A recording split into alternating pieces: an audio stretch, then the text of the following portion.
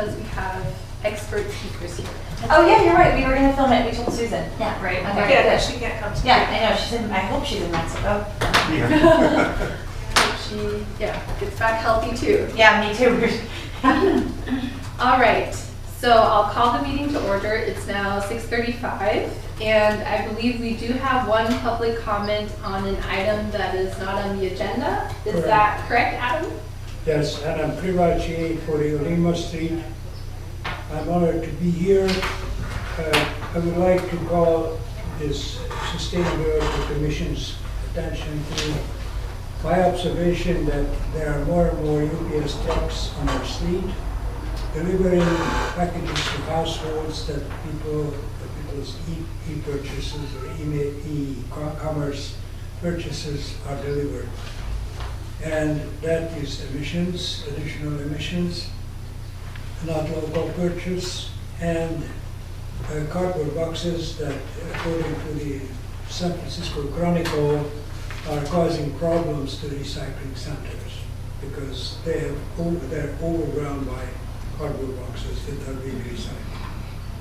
So that's one thing I want to call your Commission's attention to. And the second one is a resource that in my work toward the update of the general plan, I learned that the Urban Land Institute works with 300 communities in the country on sustainability issues. They share information, so we might want to be one of the communities that shares the information. And the information is primarily related to economic sustainability, how global warming affects the country's economy, and what impacts does global warming have on people's lives and work habits and the country's economic output. So this is something that you may want to pursue or follow up. I gave you the contact information on that sheet so that if you assign somebody to check on that, we may be advised how to be part of that information stream that keeps coming from 299 other communities. Great, thank you very much. And there was a study published from the administration or institutions of the administration on Black Friday, and it was kind of hidden that day. But in that report, it was quite an interesting report. It demonstrated the impact that climate change will have on the U.S. economy, and it will cost us all trillions of dollars. So definitely aligned and agree with what you say, and thank you very much for bringing us these resources. Thank you. And I think you'll be interested in learning more about the issues with increasing cardboard shipping boxes if you stick around for our speakers. Well, Yes. you probably have a good source there in UPS because they don't use the post office, they don't use Federal Express, they rely on UPS. Most of the shipments come through UPS. And you know those trucks, they're probably diesel trucks. Yeah, a second piece of our work is focusing on emissions in the city. So if you want to stick around for that and listen in, you're welcome to do that. Just a sidebar on UPS, I know they're investing in electric vehicles and hybrid vehicles. So they're actually the head of the transportation pack, if you will. So yeah, it's definitely an issue. It's strongly linked to behavior, which is difficult to sometimes influence in the right direction. But Well, yeah. when you understand how this works, you probably figure out what can be done about it. Right, exactly. Well, thank you very much. We'll move briefly to our next agenda item, which is the approval of our last meeting minutes. Would anyone like to? I make a motion to approve the That's minutes from wonderful. last meeting. Anyone I'll second? second. All right, motion passed to approve minutes. I hope I said that correctly. Where's Andy? Oh, okay, let's vote. Do we all agree? Aye. Great, motion passed. Okay, we will do our business items first, and then touch upon our housekeeping items since we have 2 speakers today and a lot to get through. So let's start with our Sausalito beautiful speaker, Shelby Van Meter, on the city's public landscapes and general plan updates. Thank you for letting me be here. I want to start by saying I'm so impressed with all of the sustainability commissions doing. You're really an awesome, colorful group. So keep it up. Congratulations. I'm the founder of Sausalito Beautiful. We first board of directors sat in January 2015, and the beautification initiative started in 2013. So I have led the organization and the beautification initiative for a long time. I'm not on the board anymore. I passed that on to other good people. But I am focusing on the general plan update. In the 1995 general plan, there was very little about landscapes, only in connection with architecture typically. So our intent is to bring landscapes into the general plan in whatever elements are appropriate. Certainly the economic element, because we know that a city's vitality, economic vitality and viability, have something to do with the way the place looks. And I don't know if any of you were around in 2013, 2012, were you? And you remember, if you were, that there were dead trees along Ridgeway and weeds and weeds and weeds everywhere. And the reason that happened, we were told, was because there was a recession and there was a lot of work to be done on aging infrastructure. You know, since you can't see typically the sewers, the storm drains, and of course the streets. And so that happened, and so we came forward and said something needs to be done and we will help you. And that was how Sausalito Beautiful began. So we've accomplished a great deal, and now with this general plan update, it's such a wonderful opportunity to look to the future, the next 20 years. And so the timing is terrific. We will be one of the groups, as will you, now that the work plan for the general plan update has been changed. There will be, as of last night's meeting of the General Plan Advisory Committee, it'll take a little bit longer now than it would have with approval September 2020, ideally. And so with this changed work plan, sustainability, as you know, will be coming forward as a stakeholder and have full attention, not being a 3-minute speaker, but full attention on the agenda.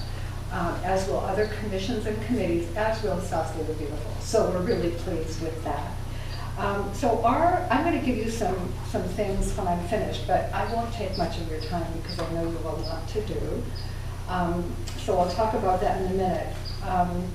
So I'm here tonight to ask for your endorsement of the concept that public landscapes should be considered basic infrastructure right along with the obvious, sewers, storm drains, and so on. Some cities have this. It's not unique. San Rafael lists landscapes as public infrastructure. So we're going to go for that, and I have received endorsements from a number of groups, including Parks and Rec, the Sausalito Women's Club, because the Women's Club's first purpose when it was formed 115 years ago was to preserve the beauty of Sausalito. And they still have that right in their yearbook with the original purpose. And so we do have their endorsement, as well as the Business Advisory Committee, as well as Hospitality and Business Development. So I'm just making my way around. I think the only one left to talk to is the Historical Preservation. I think that's its new name, Historic Preservation Committee or Commission or Board, I'm not sure. Anyway, so we are looking for that from you this evening. So we will bring forward the endorsements of these various groups as we attempt to get this clearly framed in the General Plan 2040. We really feel that we should also have beautification or beauty or civic beauty or however the words are going to come out listed as part of the goals that preface the general plan. The goals will be, they will form the vision, the community goals. We did have a couple words in there and they were removed because it was felt at the time by the chair of the committee, I think, General Plan Advisory Committee, yes, that we could talk about having a beautiful city in the introduction to the general plan. So we're still going to push for having beautiful landscapes, or however we're going to say it, as a goal of this community. There are 12 or 14 goals at this time, and they're in flux, they're evolving. And so that's another thing that we're going to attempt to do, and then we will be coming up with recommended or suggested possible suggestions for policies and programs that will help keep the public landscapes beautiful, sustainable, cared for, well-designed, all those good things. So those are our goals in general, and I won't go into any more specifics than that, but I think the key words are beautiful, sustainable, well-designed, well-cared for, and maintained. We do know, all of us know, what a difference it makes when our town looks good. I mean, there are a lot of reasons for that, and I'm going to pass out a piece that I wrote for our newsletter back in 2016 about why are we doing this? Why are we working so hard to make this happen? And currently, I'm saying beauty is more than an aesthetic. So just think about that. It really is more than an aesthetic, because people can say, oh, you want you want beautiful, you want beauty, you want flowers and trees and all that. But it's way, way, way more than that. So I'll leave that thought with you. And then see if you have any questions or comments. Yes. Could you talk about, when I came and met with you and Bill, we talked about your already drafted plans for planting 100 trees in Sausalito, and what that would look like. And you had said that you might want us to have a resolution supporting that. Is that, can you just talk about that a little bit? I think you doesn't mean me. It means Carolyn Revelle. Right, exactly. Is that it? Yes, Carolyn yes, Revelle, Carolyn to is, speak to. Yes, sorry. Since I'm not on the board, I'm not totally up to date on that project, but it really is the MLK Park. And a new board member named Lisa Ciolino. Did she come to the meeting with Carolyn? Lisa? I don't think so. You'd remember her. She's really awesome. She's in charge of the project that's being proposed. That is to put in 100 trees at the MLK Park, because there are none in a landscape plan at this time. And apparently they're around the edge, along the walking path. It sounds like a lot of trees, but 100 trees spread out over that great distance doesn't necessarily look like a forest. So I don't know where that stands. She did present to Parks and Rec at their last meeting, and I know is working on with some other people on how that will be funded, raising money from individuals and groups. Okay. Does that answer your question? Yeah, it's enough. another great example of what Sausalito Beautiful does in trying to, that's positive for climate and as well. So exactly. I was just trying to share a specific. Thank you. So. Quick question, I'm sure this is part of it, but given water is a scarce resource often, I'm sure Sausalito Beautiful includes hydroponic, low water use design as well. Yes, that is certainly part of the plan. You've seen a lot of succulents. Yep. Just so we're not known as Sausalito succulents. But yes, absolutely. Yeah, I'm assuming it's part of the drought tolerant and easily maintained. Yeah. But yes, Yeah. absolutely. That would have been my question too, how sustainability is defined, and I think water is one great thing to look at. Then also, I know lawns, also from a water perspective, don't make a lot of sense, just like green lawns. If you have plans to kind of like eco-design the space. And then the third thing, just given the recent mudslides, is plants of all kinds, they help hold the soil in place. And especially if we think about different impacts of, either sea level rise or tsunamis that come onto land and then take land with it as it leaves. Are you also thinking about these measures to really tie that knot between really what's beautiful and how it's protecting us, even us There's nothing formal along those lines, but again, we're an organization that's only 4 years old. Yeah. And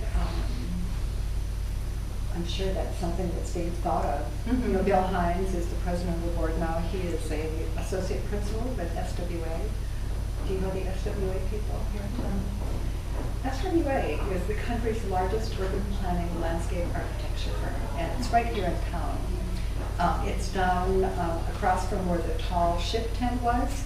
If you noticed a building with a fence around it that says SWA on it, that's where they are. And they're very prominent, and Bill Hines is currently the president of the board of Sausalito. So he looks at the bigger picture. He looks at urban planning, he looks at design, and certainly these issues, yes. They haven't been addressed specifically, and certainly no position has been taken on that, but it's another one that's on everyone's radar. He mentioned a lot of those things when we met. Oh, that's he's, great. He's thinking about that. Yeah. He has Yeah. a very big picture vision. Well, he does, understands. as an urban planner and an urban designer, he does look at the big picture. And it would be great to communicate those things because, especially for the general plan update, you said your goals were kind of moved out of the plan and just put in front as the intro. I think this would really help you make a case. It's not just about being beautiful, it's protecting our land quite literally. And the second piece of that would also be the human health aspect. So there are many studies that show green, just being in green, seeing green reduces stress levels. Absolutely. And I mean, we all need that, right? That's why I say it's way more than an aesthetic. You know, I was gonna Absolutely. say, in light of that, the plan does speak to resilience. So you can put in how Sausalito Beautiful and the planting of things will increase the resilience of the community in terms of protecting the land, et cetera. I think using the word resilience would be And a the good people. connection. Yeah. Well, And we even the economic sustainability, because as you mentioned and touched upon, so Sausalito is very much based on tourism, and if we have dead trees and weeds everywhere, that will certainly impact Yeah. people coming to visit our lovely city.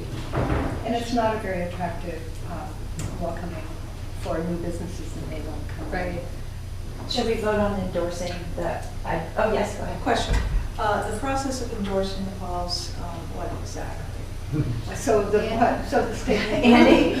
Andy? Okay, so include plus a sentence. No, I'll just say what I'm asking for. Maybe I didn't make it. I'll just speak it in a sentence. Okay. So what Sausalito Beautiful is asking of you is whether you will endorse the concept that public landscapes, or we could call them green spaces, greenscapes, should be treated as and considered basic city infrastructure. And you could add along with sewers and storm drains, you don't need to add that. But that would be the statement. And then we would sort of sign on and be listed in your website as. I don't know about the almost website. like endorsing No, it probably is not going to be on the website. It's really to make our presentation to the I General see. Plan Okay. Advisory So it would Committee just be a verbal. in order to get our, the reason I decided to ask everyone for this is because if landscapes are listed as basic infrastructure, it gives them a stature, a formal stature that hasn't been there otherwise. As I said, in 1995, landscapes, public landscapes, were barely mentioned. There were no policies and programs to support their future. So this is, we can ask for a lot more endorsement. This is very, I wonder if essential. you're open to sort of adding to the statement that we would Sure. endorse along the lines of what we've mentioned here in terms of sustainable and resilient landscapes that are low water, et cetera. Human impact. And just bring Yeah, well, in we'll be the talking piece. about all that. I mean, that's part of Okay. our mission. Okay. Yeah, that's listed as our mission, Okay. for sure. So it's a question, And can you you'll have see a, those kinds of things in these.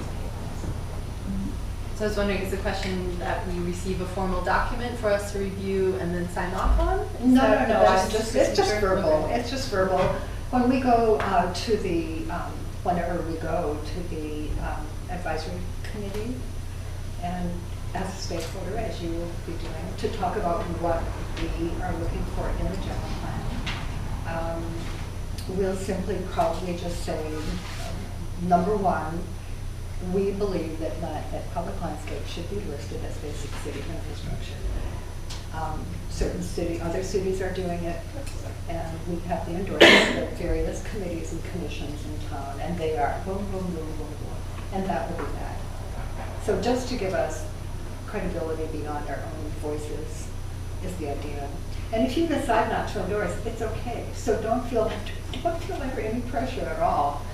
Well, let me just ask, are there any reasons not to? Are there any concerns about landscapes being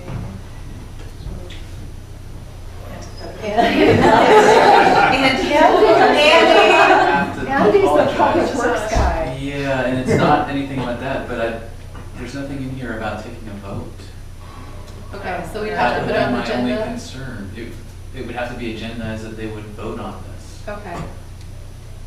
Is it okay to wait another one? Yeah, I think so. We don't know You're when not we're gonna going to be. Based on what we but talked it's- about yesterday for the work plan, it's it'll not be a gonna- while in the presentation. It will, and I have a feeling that commissions may be coming up before we are. I just sense perhaps, but I don't know. But anyway, for public works, that would be a little different than it is today. It would be. And I don't know what the implications are for you, but that can all be figured out, We're just making a recommendation, right? Is that okay with you? It's personally, it's wonderful. Okay. I will add the vote to the agenda. Next For time. next, Yes. Okay, I could leave the room if you want to vote now. Or you can I vote after I don't leave. think. It's not on the Yeah, agenda. It's Yeah. because of the Brown Act and transparency. Oh, okay, Can't. all right. So, any more questions? No, this is great. Madam? May I ask a public question I believe so, Andy? from the speaker? Yeah, okay. I don't know what the status of the trees, public trees are, that are cut down. Private trees are subject to a tree ordinance. Public trees are being cut down one after the other. We noticed that because the trees ruined the bike path, the trees ruined the tennis court, so we just cut them down. We cut down a bunch of trees around MLK. They were mature trees. I don't know why we cut them down, what they affected, but they slow down the wind when people play sports.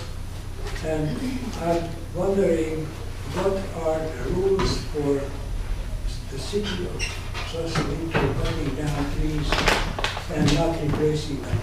Because I think we could have a rule like in any other city, when you cut down a tree, you should replace it with the same kind or more appropriate tree automatically. I don't have an answer to We that. lost many trees. Does anyone in the room, such as Andy? Look at Downey Park.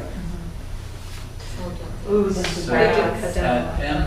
MLK, the trees along the tennis court had to be cut down because their roots were going to be cut down or cut.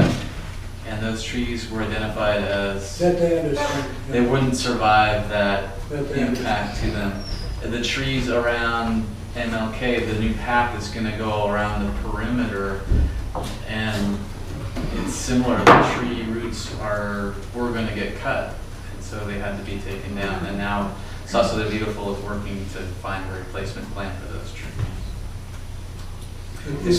As far as other locations, for example, on sidewalks where the tree roots are uplifting the sidewalk and making them hazardous, when the roots are cut, the tree has to be taken for the very same reason. I don't know that there's a requirement to replace a tree once it's been cut, but that's something that you would want to work out. Well, that's what I'm suggesting. We may want to consider a more appropriate tree in an appropriate location, but we should not suffer a loss of visibility. Has been increased tremendously in Sausalito, but because the trees are not in the way. But we don't see many trees in public areas anymore. Great, thank you. Yeah, I wrote it down. That's something we can discuss at a future meeting. Thank you so much. I know we're, May I just pass these sure, out yes, to people? go Just ahead. tell you briefly what they are, and then I'll leave. In January of 2018, we did present during the 3-minute period available at GPAC meetings, our initial purpose and our initial asks in connection with the general plan update. And I have that for you, that is currently being redone or updated and added to. And then my introduction that evening, this was presented by Bill Hines, my introduction. And then the little piece I wrote called Why. Why do we restore our public landscapes and preserve them? And then this is Sausalito Beautiful's presentation packet, who we are and what we do and all that stuff. So I hope I have enough. These are for the commissioners particularly. And if I have any left, I'm happy to share with the rest of you or get a copy to you.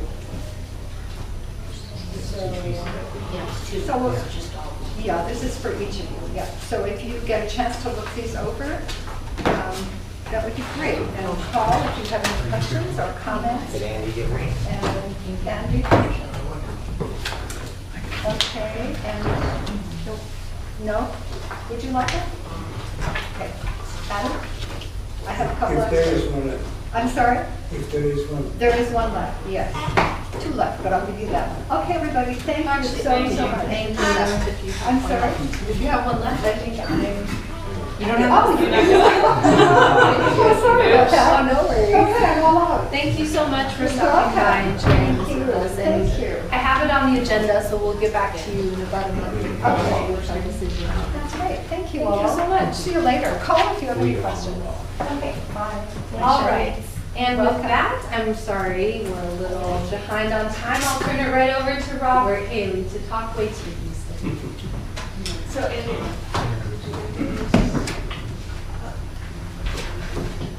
Kathy and I have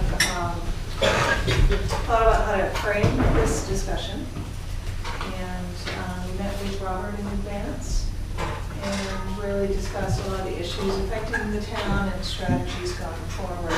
So we just, Kathy and I together, not just me, but Kathy would also talk about some of the issues. And then we really wanted to bring Robert in tonight to provide us with his perspectives and advice coming from years of experience and really globally recognized work on the topic. It's such a privilege to have him here speaking to him. The title is Zero Waste Measure. That's right. That's right, that was fascinating. This feeds you, Grant. Sorry. That's okay. That's cool. We can do that. We've applied for grants before. That's true. We can review it. And so we'll start by kind of talking about, since we've been on the commission, there have been a few studies done to kind of assess where we are. And then we'll talk about a few ideas for bringing up consideration. Thank you. Great.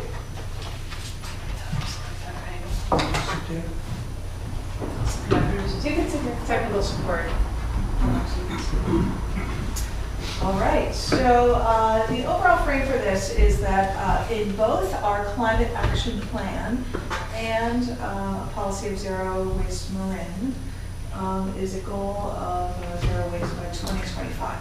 So that's the overarching goal. Okay. Sorry. Don't sticker.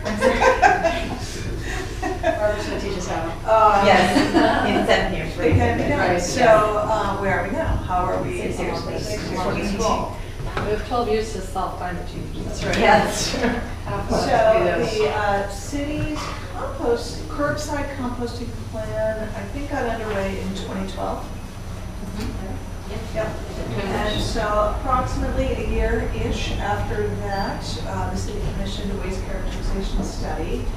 And if you haven't seen that, I'm not sure if you members, Greg, if you've seen that or not, it's actually very interesting, where they looked not just at multi-unit dwellings that we did recently, but also single unit and commercial and various other avenues of waste to determine where we stand. And so at that point, we had a 32% diversion rate, which means looking, did we interpret that right? I think so. Does that sound right to you guys? Yeah, correct? Okay, That's from the which- waste characterization study. Yeah. Yeah. Yeah. It's saying what is recoverable. Right. So it doesn't necessarily mean it was being Right, recovered. right, It should of be what we were, of the waste that was out there, yeah. Exactly. That doesn't include the ones that aren't being recycled, Right, yeah. so we just sort of interpreted it into Okay. a diversion rate, forever public practice, if that's proper math. Can I ask a quick question? Yeah. By diversion rate, we mean 32% of all those materials were recycled? Or just diverted from landfill? By diverted from the landfill. Okay, so that would include compost, Yes. so recycle, correct? I guess another way to look at it is what's not in parentheses, that 60% of what was currently in the waste at that time could have been diverted. That may be the better way to look at it. 68%. So if you just look at the black bins, there were a lot of organics and recyclables in there. 68% of them, in fact. So we haven't done a full-scale waste characterization study like that since then. However, we've managed to get some other data here and there and piece it together to figure out where we stand. And it was data that Kim provided, that you have. Yeah, Kim, these are the numbers you gave me that had the just real basic, like how much went to garbage tonnage wise, how much went to recycling and compost. And so if you just did simple math on the tonnage, it's kind of what you came up with. And the county, I should say the Bay Area Regional Study that was done in 2017, this was another source of a city who wanted to go out and compare themselves to other cities. Just so happens that that's what our Sausalito's rate was. So it seems like it's whatever tonnage numbers are out there, it's about right. So I'm assuming that's either from Cal Recycle or wherever those numbers get reported. So there's been some improvement. And I think, as I've heard Robert say in the past, it's fairly easy to get to 50%. And maybe even fairly straightforward to get to 75%. But it's getting to that, 0 point where it gets really complicated. Because there are some fundamental changes that can happen that are fairly straightforward to get those early numbers. So we'll talk about how to get to that latter, 25%. But where are we now? Most recent data from 2017 was the multi-use dwelling study that we commissioned from Environvolutions, and that was also Multi-family, actually. But we did a multi-family study. That's what I meant to say. Yeah, close enough. It was apartments. Multi-use dwelling. I like that. Multi-unit. There you go. You're right. That works. And what was good about this is at least there was some comparable data between 2013 and 2017 in terms of how they analyzed it. So this was a graph from that report. If you haven't seen it again, we'll share it with you. But it doesn't look like the needle moved very much from 13 to 17. Decrease.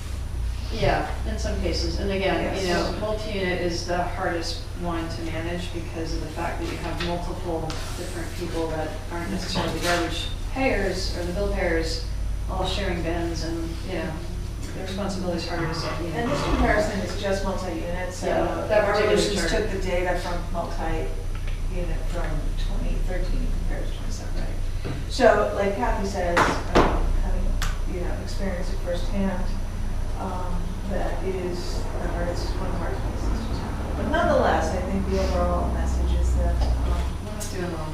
yeah. We have work to do. So just some stats. Little stats to get you motivated. And then you want to introduce this one? This was just, again, sort of, this was from the county Zero Waste Marin, and the county kind of showing us that basically this is what's been disposed, right? So just garbage per person essentially that's going to landfill, and it's going up, not down. So part of this is the economy strong, consumerism is off the charts, sadly. Good luck changing that, but we're not doing very well. Yeah, you got it, right? Everything that's happening has been addressed, so how do we handle the fact that we're kind of going backwards? So how are we going to hit the 2025 goal when we're actually not even going in the right direction? So just another stat that was shared by the county. So. And then as far as, what we'd like to talk about, how can Sausalito improve, what are some of the issues that we can tackle here? I don't know why there's a car there. This was a... She used this slide thing. I don't know if you got the latest upgrade, but PowerPoint has these cool little designs. So my company and business. It doesn't need a car there, but nonetheless, these are some of the categories that Kathy and I would talk with Robert. Because you can go on a road trip and not even take out your trash and. And just Oh, leave it. yeah. There you go. That's where you plug in your EV. Yes. Backyard. So discussing the issue of backyard and framing it in terms of fairness and in terms of the environmental impact that it could possibly have, which we'll talk about today. Could we create more incentives for composting and recycling, such as uniform collection bins or removing backyard composting, backyard pickups, or doing some kind of cost structure that has a financial incentive for composting and recycling. Looking at some kind of rate analysis, you know, what the true costs, and perhaps it may be beneficial for Greg and Kim to know, like, what does it really cost to service the hills versus the flat areas? Is there a fairness issue related to the hills and the flats? Because I think that could potentially be very compelling for residents in the town to understand.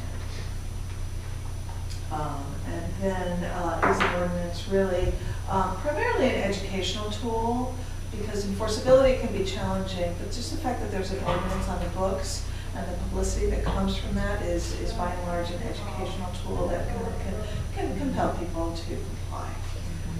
Anything else I missed? I think those were, again, trying to frame the discussion and then kind of talk about all these issues and get Robert's sort of input on ways that we can, how these might help or kind of how we can get to those goals. So. And I'm sure there are other things that will come up, but these were just what we thought of right now, certainly open to more. And so Robert Hadley's the Zero Waste Manager for San Francisco Department of the Environment. And why don't you give Robert an introduction? Well, hi, Robert's spoken at the commission before, for those of you who haven't been here, but Robert and I have actually worked together back when I worked for Ecology and Robert was working for the city, so we go back a long time and we've tackled these issues together in San Francisco. I've been out of the business for a while, but all I know is that Robert is definitely an expert in the field and very well respected amongst his peers and the community at large. He's also a movie star that did an awesome movie a few years back about waste, which I think we should give the. Is that available that people can find it someplace online? So yeah, there's copies too. If yeah, wants to see it. It's a great. It's a good name, right? Fascinating. It's called Racing to Zero. As in zero waste.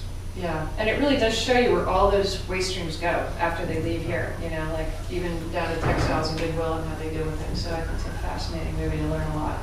So with that, I don't know if I can do more, but he's also a Sausalito resident, living on a boat. So. Yeah, so thank you. It's Thanks good for to be being here. Good to see you all again. I think that's a really good framework you provided. When I kind of look at it, the first thing, I think it's really good that Sausalito has a goal of zero waste, that Marin County has a goal. You need that kind of broad goal to drive things. I think what you're showing here is that Sausalito is kind of average when you look at the Bay Area, but you're making some progress, and I think it's pretty obvious Sausalito could do better. When you look at what's in the trash with that much that's compostable, that much recyclable, there's a lot more that can be done. The question is, how do you do it? And I'm very strategic about it. So what I like are things like a waste characterization analysis. That gives you a lot of good information. It's good to know how much of your refuse comes from the commercial sector, how much comes from single-family homes, how much comes from multifamily. I don't know what the ratio is, but that's really good to know because that tells you what your best targets are. How are the sectors doing? And I think that last slide that you showed was really good. That's actually very close to the way I look at things. If you want to make progress, the first thing you do is you provide convenient programs. That's kind of, I think, getting at the backyard service. And what I would argue there is you've made trash too convenient and not as convenient as recycling and composting. And that's working against zero waste. And it's also not equitable. Equity is a really important thing these days, not just in refuse, but all across government. You have to be fair to people, you have to be fair with your rates. Your rates should be comparable to the service costs. I think that's a very important principle. But you build upon convenient services, And then you start providing incentives, and I don't know your rate structure here, so I don't know how much you're incentivizing recycling or composting. And then if you do a really good job, it becomes a problem, because if you're not charging enough for recycling and composting, you start bankrupting your refuse system. So there's a balance between financial incentives and actually supporting the whole system. And in San Francisco, we're kind of so far down the path that we're actually charging people extra if they have recycling and composting in their trash. So we're doing a lot of auditing and stuff like that and saying, wait a minute, this isn't right. The spot check. That's right, we do. So you have to pay extra. So we're actually pulling money into the system for people who aren't doing things correctly. But that's a bit advanced. The main thing is to provide some financial incentives, and you can do that through your rates. And then you start making it the law. You start mandating things. In San Francisco, recycling and composting are mandatory. Everybody has to have service. Everybody has to participate. We can fine you.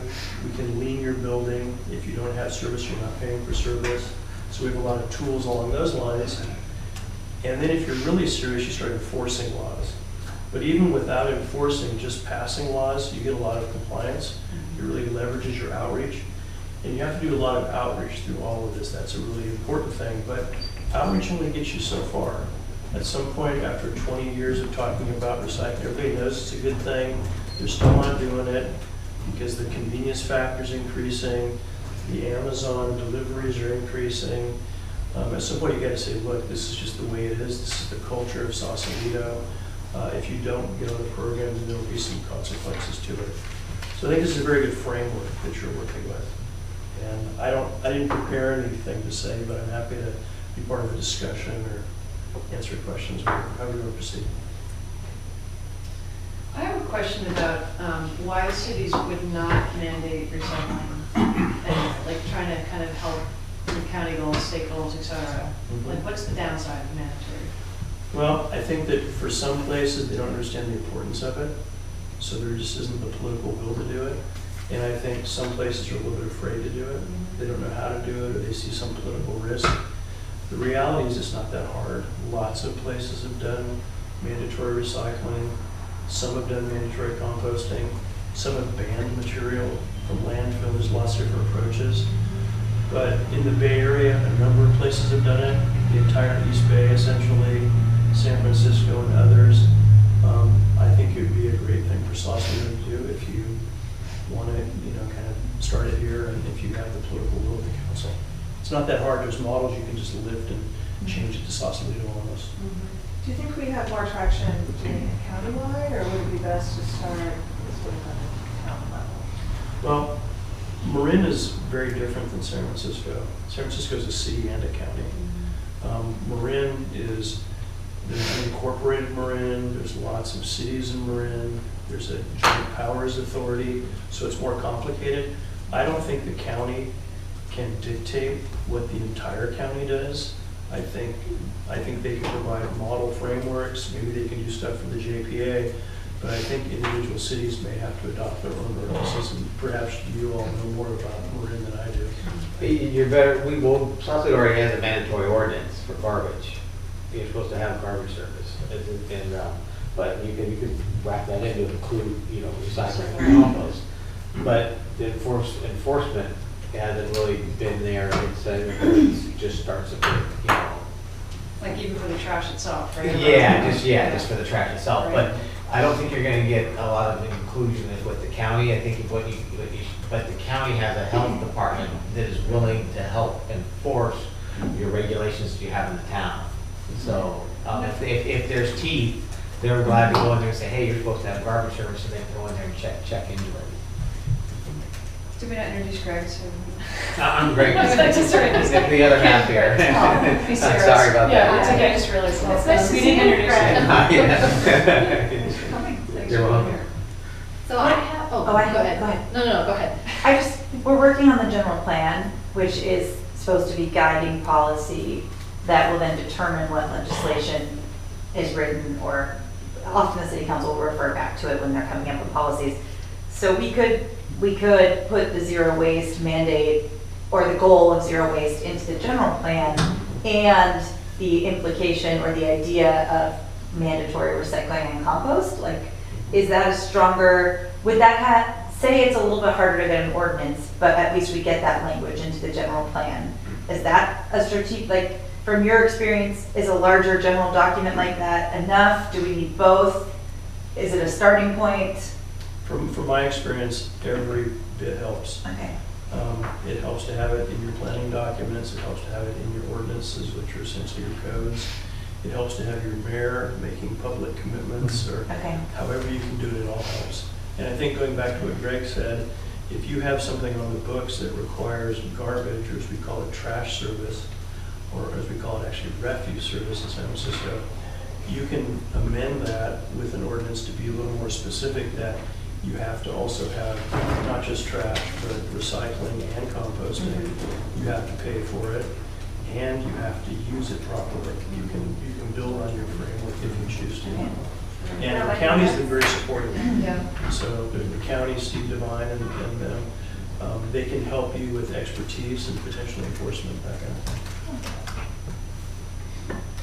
I have two questions that are a little bit more high level unrelated, so if anyone wants to ask a question about general plan. I have about the general plan or about this? Or whatever, yeah, go ahead. Okay, my question, or I guess it's just sort of getting your idea on this, because, and we all know in Sausalito, you get bins provided for recycling and compost, but you get your own trash can. And the benefit of having uniform bins and that whole system and sort of your recommendation, because obviously that would be, for you, I mean, just for the whole rate and what it is, it's more bins to buy, et cetera, so we can do something, but what's the benefit of going that route versus our system? Well, you know, everything hinges on a convenient, uniform, understandable program. That's like the top thing there. It's the foundation of your program. You know, there's been lots of experience, and my whole career has shown you want to have, if you have 3 streams, you want to have 3 uniform bins. They should look very similar. They should be color-coded. They should be really clearly labeled. And your trash bin should really say no recyclables, no compostables. I think if you allow people to just provide whatever bin they want for trash, you're not really providing a good program. And it's really fundamental that all the bins be in the same place. If they're not in the same place, people are going to be very lazy. If the trash is closer to the house and it's being serviced, they're just going to throw stuff in that trash can, especially if it's just some gray bin and it's not even a uniform size. Plus the aging population. That's right. Some people are living under their cars parked on the street. And in San Francisco, we do provide service for disabled people. So if a senior can't do something, we provide free service. We will go access the bins for them. But if you're able-bodied, we expect you get all of your 3 bins to the same location. So a question about that, for those of us who came on, I think all of us, after the composting program started, there was no recycling bin either, right? No, they gave them. Could you give us some history? We started with the blue, well, for the composting program, we gave out a blue card and a green card. That was in 2012. In 2012, yeah, everybody just had buckets or whatever hodgepodge system was set up. So we felt like if you were going to do this, you needed to have a recycling bin. There was pushback on getting away from the backyard service because there was just too much, oh, I might have to do that. You're taking away the service I had before, and I know Robert was pushing for it, but I don't think there was some other people that just didn't want to have too much of a fight. Because when we did it, we rolled out the program, we rolled out the bins, we took them all out ourselves and talked to the customers. And at that point, the committee that was there took some pretty big hits. Like, who came up with this? Why did I do this? So, but but like Adam Pollister said, 2 years from now, we won't be talking about this. We'll act about what we can build upon from here. Well, the world didn't end. Yeah, no, and that's what he's saying. It did, no, yeah, Are you exactly. sure? He said, that's what he said. Is people are thinking it's the end of the world, but we're not going to be talking about this at some point. So we're going to be, it's going to be the norm. You made really good progress. I mean, of the things we talked about, I think the city accomplished about 3/4 of them. It's now very well accepted. It's very well utilized. you can only do so much at one time. Right. It may be time to look at other steps now. And the time is now. I mean, to be quite honest with you. I mean, the backyard service is not what it was. I mean, it used to be everybody. Now it's, I think, if Kim shared the accounting, it's down to like on one particular outside, like 100 a day. From then there's 375 customers. So in some form or fashion, people are bringing it out. I mean, it may be in a carport. And in Sausalito, a carport is front yard service. You know, because there's carports that are just right off the street. So, but now's the time, because like Robert said, it's just too convenient. People can just go out their backyard. You know, if it's 100 people on a route, and they're probably the ones that aren't composting, you know, and recycling the best. And it really does slow down the trucks. It's harder for the workers. It's putting more emissions in the air. It's causing traffic congestion. It could even be a hazard in some respects. Yeah, and in a good sense for us, we have the right colors. It's the green and the blue, and that's what's going to be required.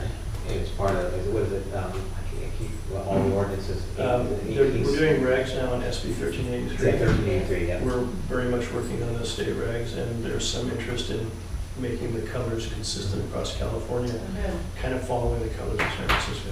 Yeah, no, so we've got the two colors, and we didn't dive in and get the. So some people have the wrong color cart for Like garbage. brown is recycling. Yeah, exactly. Yeah, it's weird. So we're kind of is if everything stays the way it is. Mill Valley Brown recycling. Yeah, it's weird. Super Yeah, weird. I think the state's heading towards blue for recycling, green for composting, and then black or gray for trash would be the option. And then what would be some of the challenges of getting black bins set up for everyone? How does that work? It would be easier than what we did before. We have. It's just a matter of getting the carts and setting them out, and getting everybody educated about what they have to do. And is that a charge on everyone's bill, or how does that? Yeah, because that would be an expense for you guys, right? So that's a capital investment. Yeah, but it's not going to be like the carts were a big expense. Yeah. You know, and then the commercial had to be included in that too. So the Right. cart, you know, we're talking 7,000 carts. Now we're probably talking 2,500 carts. So the expense is going to be a lot less. But what about commercial? Well, commercial, we're going through the commercial bins now, and if they would have to have a cart if they get there, but a lot of them have bins. And right now we're going through and we're getting new stickers. Is that what Laura is Laura working with you guys on that? Yes, yeah, and it just so happens that we're coming up with new stickers, Yep. and, you know, we're kind of, we're doing a little bit of branding. I mean, instead of just a generic sticker that says, kind of putting a little face to it. And the bins are gonna be going in line, that, if they have commercial, 2-yard bin or a 1-yard bin, it'll be, blue, green, and brown, so your recycling would be blue and your compost would be green. And then the garbage would be not brown, but gray or black. Okay. And do you guys know offhand what percentage of our waste overall is commercial versus residential? Is that an easy number, or is that a confusing number? Because of how the roads pick up the tree. 50-50. I would say, Yeah. Probably 50. Okay. There's quite a bit of commercial, yeah. Okay, yeah, that's harder than I thought. So it's good to focus on commercial as well. Yeah. And I know you mentioned Laura, that's Laura McCoy. Right, from I know her, Violations. she's actually a consultant in San Francisco as well. Yeah, She does just- really great work. So it's Right. good if she's looking at multifamily or. Yeah, she's actually focused on, Marinas. what's the AV that we're trying to get a compliance report on commercial 1826. organics, right? So this is just so everyone knows, we're using our JPA grant money to fund the study, so, and that's what we're in the midst of right now. Right, and Laura did a presentation a couple of commission meetings ago about, their progress, so. The report's due soon, right, Andy? In a month? Okay. Yeah, there's a few state laws that are driving, requiring service, not necessarily using the service as much, but there's AB 341, there's SB 1383, there's 18. Yeah. Lots of numbers. It gets busy, Soup yeah. of things. Busy. But it's good that you have some consultants out there There's a as well. message that there is policy to support, statewide policy to support our initiatives. So we're not just doing this alone, there's Mhm. movement out there. In fact, it almost behooves us to do this because we have to comply. Yeah. And climate change is driving a lot of this. The composting really does pull carbon out of the atmosphere when you apply it to soils and things. So there's science that shows that recycling and composting does help. So a question on that, if I may, on a higher, so let's say process level, just because it's right now in the news and everyone's talking about it, is that in the US, though we recycle, we really just sort and then we send to other countries. Now with, you know, the political climate and a lot of other countries not taking our waste anymore, what is happening to our recycling in the US? Because I've read several articles that are being incinerated and not for energy recovery, just downright incinerated, with, you know, of course, air pollution issues, and that's probably just as bad as landfill. So if you could speak to that. And then the second piece would be, when we talk zero waste, there are just certain materials that cannot be recycled or composted, meaning they are waste. So would that mean those items would then be incinerated for energy recovery versus landfill to qualify as zero waste? So I'll take the second question first.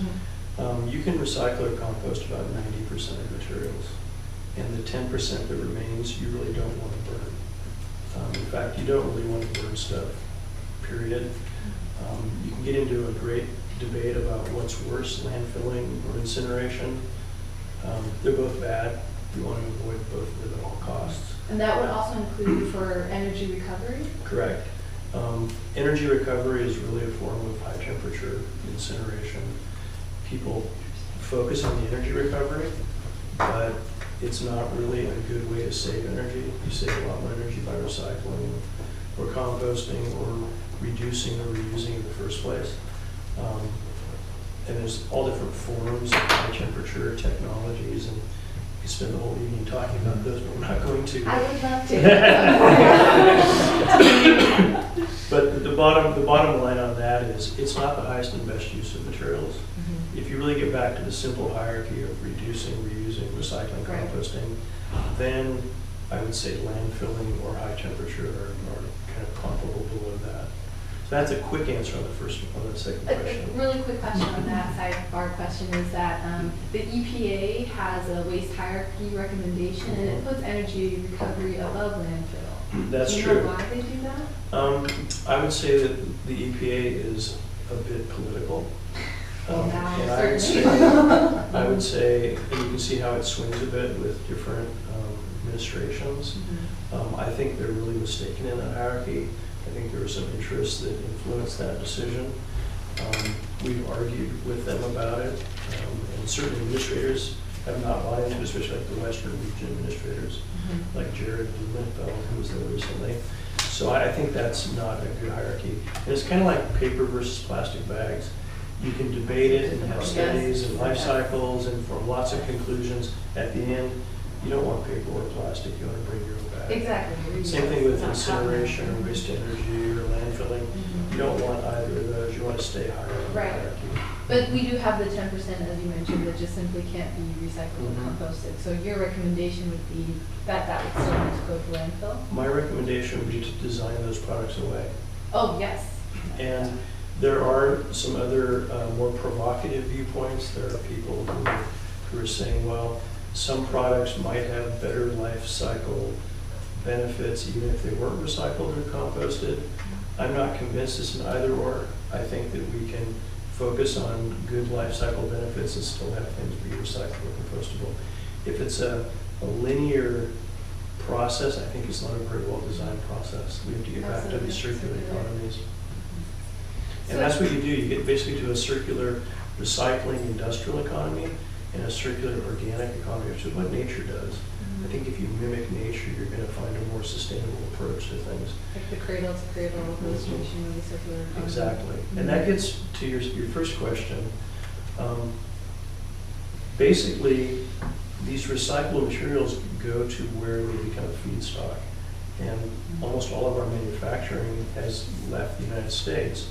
And you can see where it kind of went. It went to Japan, and then to Taiwan, and then to China.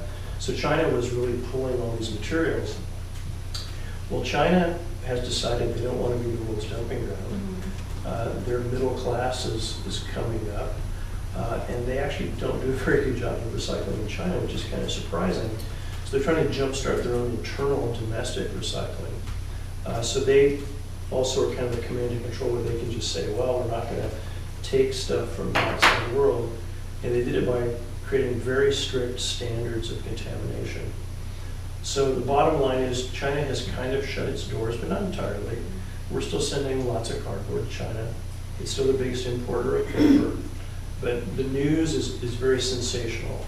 The news is China doesn't want our garbage. Some places are now landfilling it and burning it. The reality is very few places are landfilling and burning it. But the few that are getting all the media attention.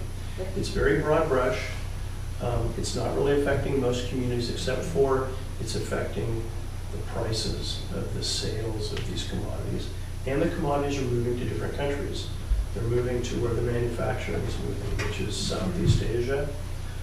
People get very fixated on plastic, and they're all about plastic in the ocean, which I agree with, or plastic going to Southeast Asia. Well, most of our recyclable plastic is going to Canada, but people don't ever talk about that. And a lot of it's staying in California. Most of San Francisco's plastic is staying domestic, actually. But the news is always about plastic in the ocean or plastic to Southeast Asia. Most of the plastic in the ocean is coming from Asia, and a lot of it is domestically produced in Asia. It's not necessarily imported plastic. So it's a very complicated story, and I think a lot of conclusions are being made that are a little bit overly simplistic.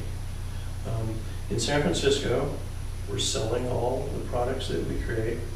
We just invested, or college I should say, invested $20 million. We've done 3 upgrades in the last 3 years at the recycling facility. So we're actually able to achieve the Chinese standards now, which almost nobody can achieve. Yeah, the pricing is worse, but the material is still going to good markets, being made into products. And I think that's true for most communities. Yeah, It's true for us. Yeah. I mean, I've been criticized for not taking it seriously, but the impact on us, the monetary impact was taken out a long time ago for us. I mean, I learned my lesson personally when in 1991 we took over the recycling program, and someone said, "Oh, we're going to change your price from $80 a ton to $20 a ton," and it went back to last year. Well, then I became a little bit more aggressive and started finding ways to go and places to go, and big cities did too. And but I learned my lesson early on, and but we were at a level where we were getting X amount of dollars, and it hasn't changed. And if it does change, it really won't affect us. But all of our products are being recycled. We deal with West County Resource Recovery. We've been dealing with them for 25 years. And we have a good relationship with them, even though they're public services, the second largest garbage company in the world. Some of the same people that were our neighbors 25 years ago are still there. So that we haven't had that problem. And like Robert said, some of the news stories they've heard about burning and stuff, I was in Florida, North Carolina, and New York. Philadelphia. Yeah, Philadelphia, yeah. So I don't know that anything's getting incinerated out here on the West Coast. Just their air quality control. Not out here. Yeah. And it's crazy. And so a lot of it is long-term relationships and knowing where your materials are going. And a lot of it's contractual relationships. What happens is a lot of cities have these short-term contracts, and the hauler kind of bears the risk when the market goes down. So they're complaining. They're like, "Oh, we're really losing money now. We want to renegotiate our contract." And some of what's getting in the news is not just that, but there's big landfill companies. Republic is one of them. And they're happy to kind of go back to more landfilling. Right. They complain because their contracts are losing money recycling, and they're happy to make money landfilling again. So there's a lot of dynamics in the news. So one last question. Okay, I have a question. Just circling back to our zero waste goal. So if it means that 10% of materials simply can't be recycled and composted, does that mean we can't achieve zero waste? I think zero waste is aspirational. San Francisco adopted a zero waste goal of 2020. This was back in 2001. I was part of that, and it was a really funny story with my commission, my environment commission. We told them, well, we really want to have a goal of zero waste, and we were one of the first communities to talk about zero waste. And they said, great, how soon? And I said, well, it's aspirational. They said, well, you gotta have a date to create some urgency, to create some drive. How about 2020? And we were kind of like, that's impossible. But in any case, they're like, that's okay, as long as it drives change, that's what's really important. And so we actually adopted this goal through the Board of Supervisors and our Commission on the Environment, And it became this goal that kind of went around the world and actually got a lot of communities adopting these goals and driving all kinds of programs and all kinds of policies. And a few years ago, our politicians started getting a little bit nervous, like, are we going to achieve zero waste by 2020? And we're like, no. What can we do? And I said, well, we need to stay committed to zero waste, but we should update our commitment. And so we had this Global Climate Action Summit with Jerry Brown recently in San Francisco in September, and we worked with C40 and some really leading big cities, and we drafted this declaration, and it said we're going to commit to reducing generation, our solid waste generation production by 15% by 2030, because what's always been lost is the idea that zero waste is about reducing generation. It's not just about recycling and composting. And reducing generation is really hard because everything's getting more convenient and more wasteful and more disposable. And the second goal was to cut disposal in half by 2030. And so we got our mayor, London Breed, to come out on the world stage and make these commitments, and we got 25 cities to sign on to these commitments, big cities, London, and Paris, and so we've kind of re-energized the movement with some new goals, and people have kind of let us slide on not hitting it by 2020. Yes, and 2025, that's really ambitious. Yeah. We sometimes say zero waste or darn close. Oh, that's good. Because no waste is good. Hey, if you can get 90% of the way there, I would consider that very successful. And you also don't want to lose the concept of producer responsibility. If products are keeping us from achieving zero waste, we need to change the way products are being made. And consumer responsibility means don't buy products that aren't good, and make sure that you put stuff in the right bin when you're done. That's the fundamentals of zero waste, those two things. I think just to add to that, it may sound daunting, but it's achievable. There are countries in Europe that already have 90% recycling and composting rates that are diverting from landfill and incineration. And producer responsibility usually, right, in those countries? They also have taxes on That's the right. producers so that they actually have responsibility over the packaging of it. Yeah, I think that's a huge issue. Is there any movement on that here? Not a lot. Europe kind of leads in the producer responsibility realm, and there's some other places. There are cities that are recovering, 80+%. San Francisco and other cities. Northern Italy is doing really well, and Germany historically has. Japan sometimes, but it's all how you measure it, and it's whether you consider incineration, recycling or not. Some places do, and that pumps their numbers up. But you can certainly get close to 90% recovery if everybody's putting stuff in the right bins. There's companies that are very close to zero waste. Some of them fake it by saying zero waste to landfill. Right. What that means is they're incinerating. Right. Yeah. So it's really, you have to be really careful in your language and in your measurement as to what you're doing. But there are companies that are 99.6% zero waste, especially like breweries. That's pretty easy material to do that with. How is San Francisco dealt with the whole Amazon box influx, and what's the pressure back on Amazon to start having and this just happened, my girlfriend gets this thing delivered, it's a medical thing, but still it comes in a styrofoam cooler, right, maybe this big, packed with this, bags you can throw in the freezer. The thing is this big what comes out of it, right, and they drop this box off and run. And I'm like, wait a second, you forgot your box, right, take this back and use it again. And it's the same thing with a lot of the Amazon boxes. You either get a box that's 5 times as big as you need, and it's a brand new nice box, go use it again, or bring a reusable package. Is that anything that's been This is the talked about? challenge of kind of our free market and these disruptive technologies. What you provided is very illustrative. That Chronicle article we were involved with, we kind of almost coined this term Amazon effect. What's happened in San Francisco is our cardboard tonnage hasn't really gone up, but there's more and more boxes and smaller boxes that it fills the truck up a lot more. We've actually totally re-split our trucks. Our trucks used to pick up recycling and trash in a split truck and separate composting. but we've increased our composting so much, and we've increased our recycling so much, we've reduced our trash, and the Amazon boxes and other boxes have grown so much. Now we're running a separate recycling truck, and our other truck is split composting and trash. So we've changed our whole system. We've also had to invest a lot of material to the recycling facility. San Francisco seems to be way ahead. We try to be. It's challenging because San Francisco is way harder than Sausalito. It's a really complex place. I mean, we kind of say if we can do some of this stuff in that crazy city, it's a lot easier to do in other places. There's more on the, Amazon came to us last week. We talked to Amazon, and they say, well, we're concerned about all these boxes too. We're thinking about moving more towards film plastic mailers for smaller. And so we're kind of like, all right, let's talk through this. You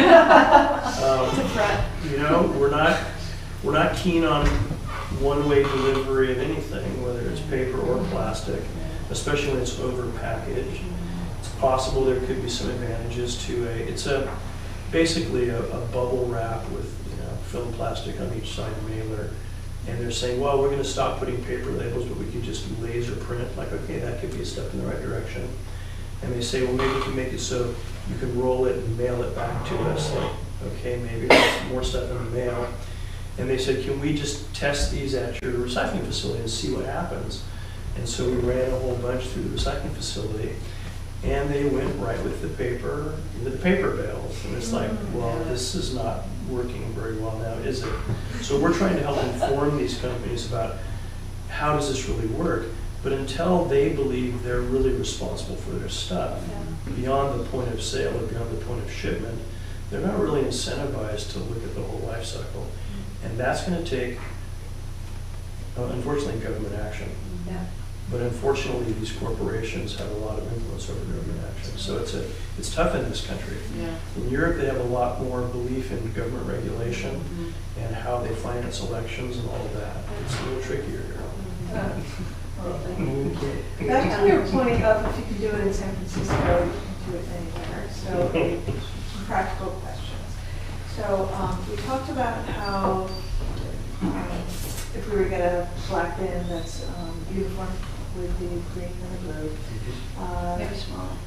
Maybe smaller, yes. And some is kind of analyzing the true cost of service in the hills versus the flats, and really doing it right, however that might take, whatever that might take. You know, that will increase the monthly rates for Sausalito residents. Now, I think I pay like $38 a month or something like that around there. 43. You know, I can pay $5 or $10 more. I can pay more. I want it to be done right. I'll pay whatever it takes. I want to do it right, and I think a lot of people do. But, you know, if garbage rates go up, I think maybe in 2012 they did, and people kind of had a fit, right? So how do we manage that? Because I do think there's an argument to be made that it's worth it. Also, I was going to ask, which relates to the cost and ways that you could justify increasing the cost or covering the cost. Is there a way we can use our JPA grant next year, for instance, or whenever the rate review is coming up, to do a cost assessment of backyard pickup? Because the amount of time spent by employees going back in there and bringing out the cans and the amount of time, the extra fuel for idling, whatever, I mean, that amount of money added up. Right, so could if be they the pay same. for it, it could subsidize the cost of everyone else who's not getting that service. But I mean, if we decide to say there's going to be recycling and composting, you have to bring your own bins, and there's no more backyard service, I'm just looking for an economic incentive, like something to say how much the backyard service is costing, because it's too convenient now and it's too cheap. Exactly. I think those are really good points. I think there's savings to be had on the backyard service. I think $43 a month is reasonable. It's actually comparable to this area. There's nothing wrong with that. People never want to pay more, but that's just a fact of life. And you got to sometimes pay for more service. When we recently redid our system and switched the trucks around, like I mentioned, We also shrank the trash bins. So the default bin in San Francisco has been 32 gallons for some time. We had a 20-gallon option available. We basically made the new default 16 gallons. So we basically, citywide, went out and said, you are now going to be getting a 16-gallon trash bin, unless you beg. And we made it really hard on people. And we got 16-gallon bins to about 80% of the single-family households. I mean, we're talking about 200,000 households. We're just wrapping that up. It's been a two-year rollout. We also gave people 64-gallon recycling bins. The standard was 32 gallons, but again, they have more cardboard boxes and things. And we did it at no rate increase. We're going to shrink your trash, grow your recycling at the same price. So that's another thing to consider is you shrink the trash. Do you get contamination at all though? Interestingly, no. We have seen no significant change in contamination in any of the streams. And it's a little bit even surprised us. We did 3 tests before we did this, and none of the tests increased contamination. It's not to say we don't have contamination, we certainly do. It's very challenging, but that change did not increase contamination. And you also have fined in San Francisco for contamination? We do, and we really never use our fines, even though we have them on the books. We can fine you for not having adequate service. If you don't have enough bins, the right sizes, or all 3 types, all that kind of thing.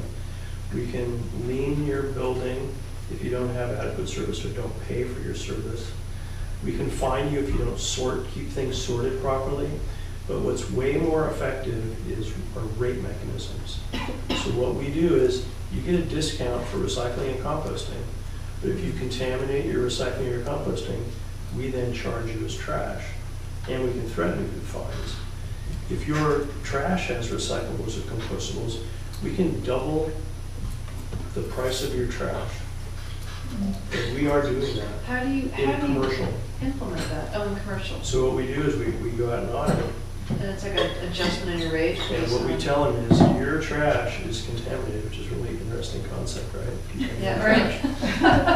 And if you don't clean it up, we're going to increase your rate.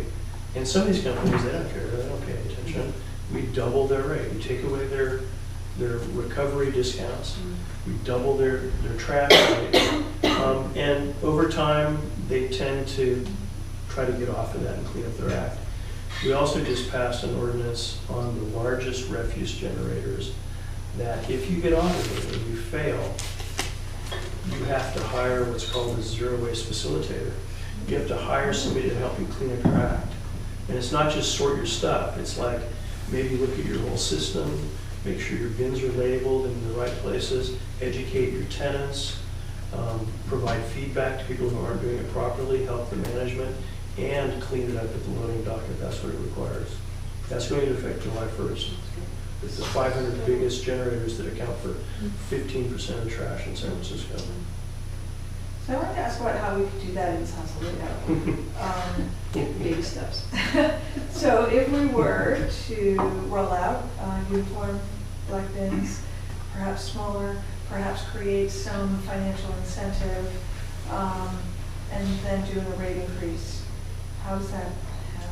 And it's doable. I'm looking at Anthony. You guys been through it. Like you did for composting, like, okay, you want to initiate something new. How does that process get rolling? Well, you have to do a rate study or a rate analysis, and coming for a whole rate review. I mean, it's trading costs, essentially. It's going to cost X amount of dollars to pick up a can, it might be a little bit less garbage in it, and then the recycling, and then compost would cost the same amount, to get rid of, but it's just, it's the size of the part. Yeah. Right. So, I've always kind of been, an advocate, just because here's your service. How do we want to form it? Do you want a smaller can, or do you want a bigger can? Our default was 65 gallon for both the recycling and the green waste. People wanted to go back to a 32 gallon because they wanted, didn't have the space, or what am I going to do with this god awful car or whatever. But it's a constant battle.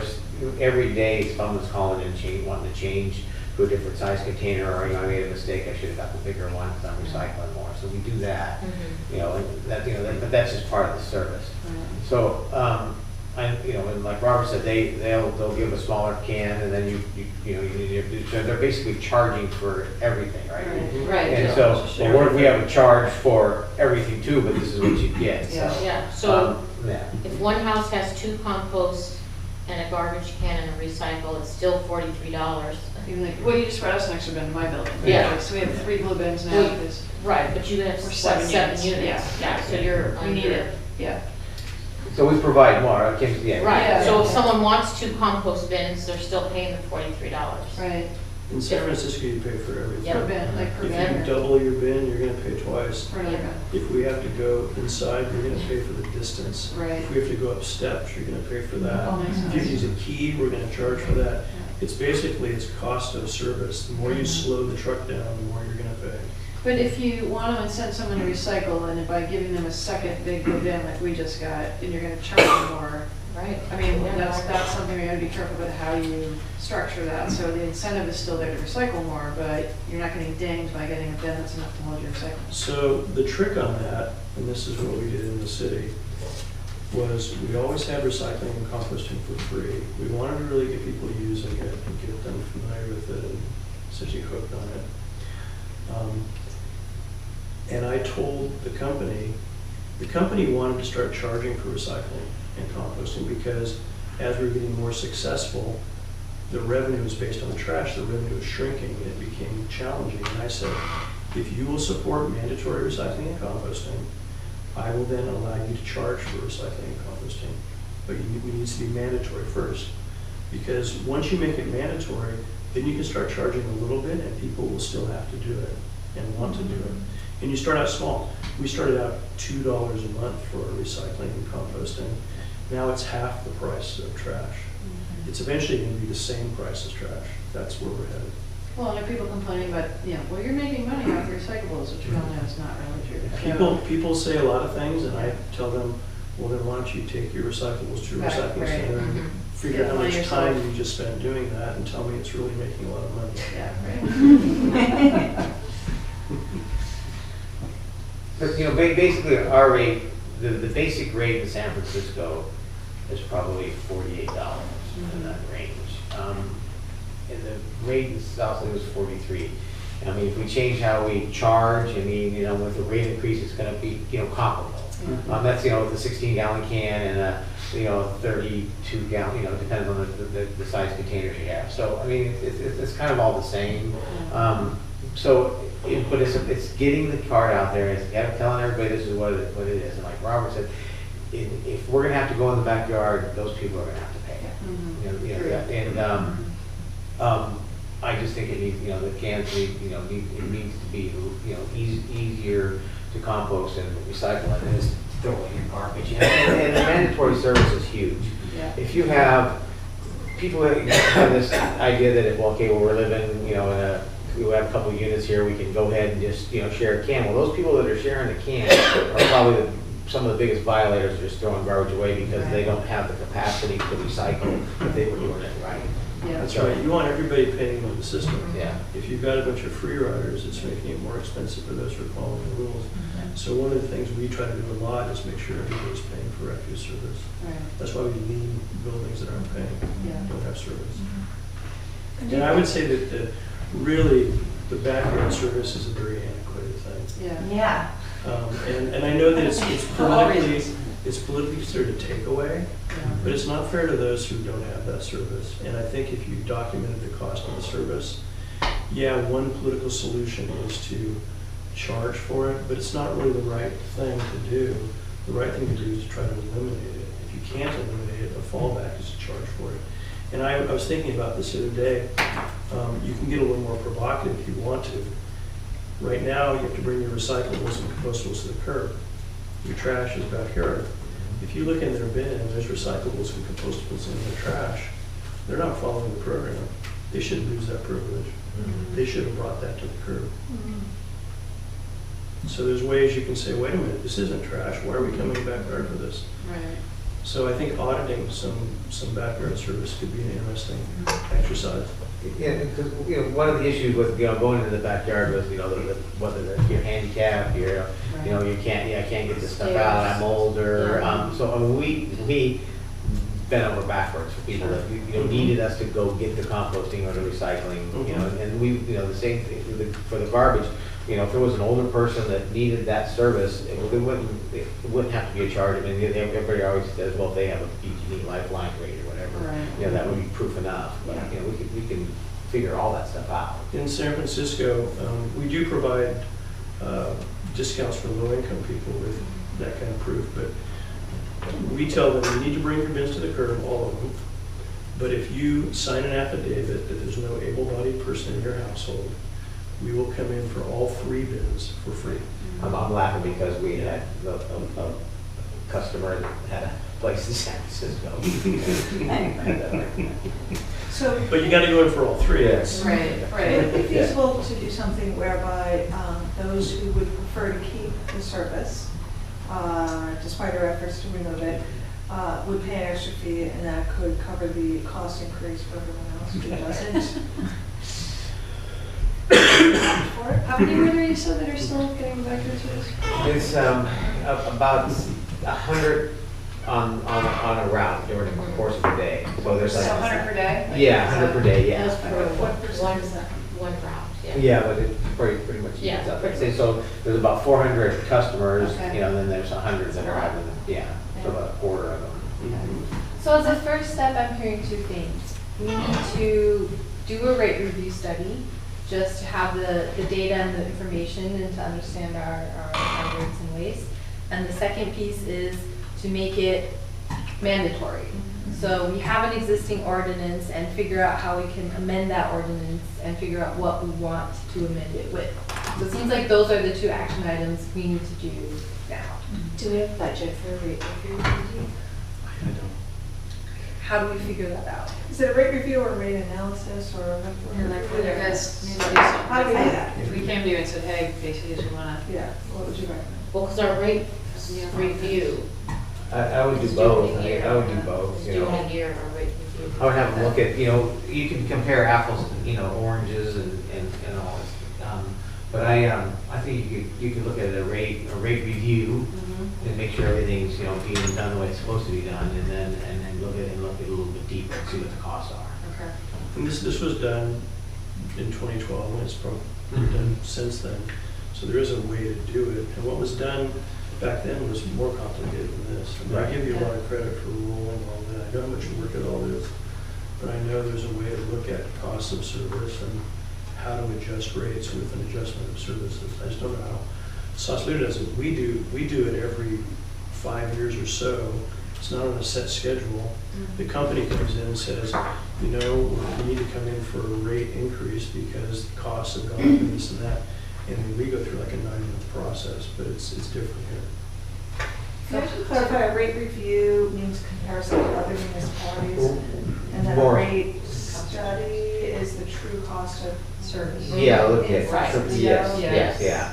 Okay. What you're getting for, your dollar or whatever.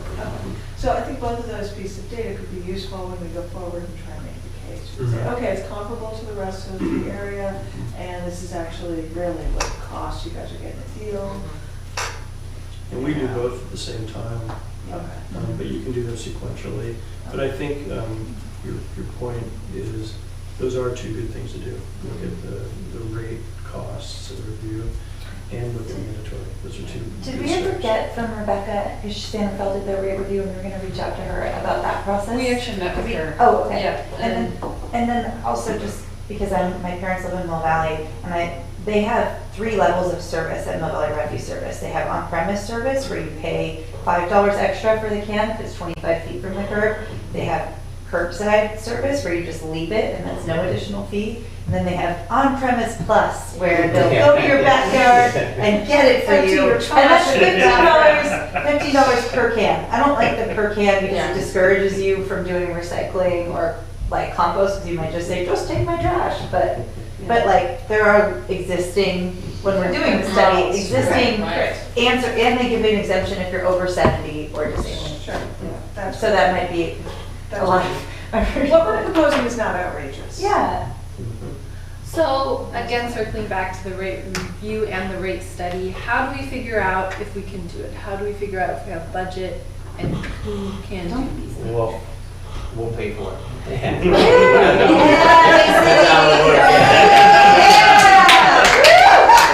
Thanks, guys. Technically, you'll have to hire the person that does it, and then we would pay for then the result, we would end up paying for it. Do we have to do an RFP or something for the person that we have? Andy? To do If the you're analysis. gonna, you have to hire, right, they might be hired through the city for Okay. Yeah, the R3. sustainability commission. right. So does that mean you So let's can not- look into hiring someone or a company?